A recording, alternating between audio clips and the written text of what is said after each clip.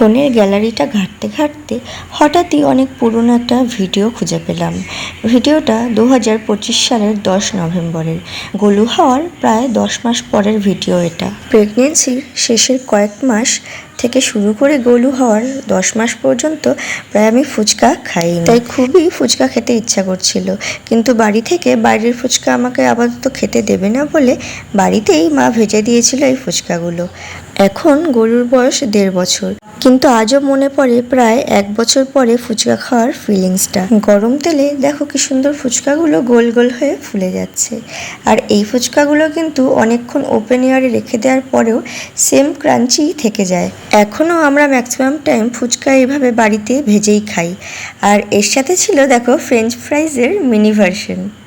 ফুচকা ভাজা হয়ে যাওয়ার পর কড়াইতে অনেকটা তেল থেকে যায়, তাই সেই তেলের মধ্যেই মা আলুগুলো এইভাবে ভেজে তুলে রেখেছিল।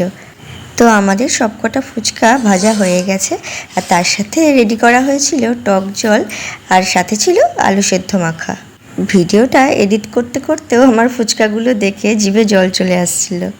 পুরো 1 বছর পর ফুচকা খাওয়ার এই যে কী অনুভূতি, সেটা সত্যি তোমাদেরকে বলে বোঝাতে পারবো না। আমার পুরনো আর সুন্দর এই স্মৃতিটা তোমাদের কেমন লাগলো জানিও। আজকের মতো এতটুকুই, দেখা হবে আবার নেক্সট ভিডিওতে।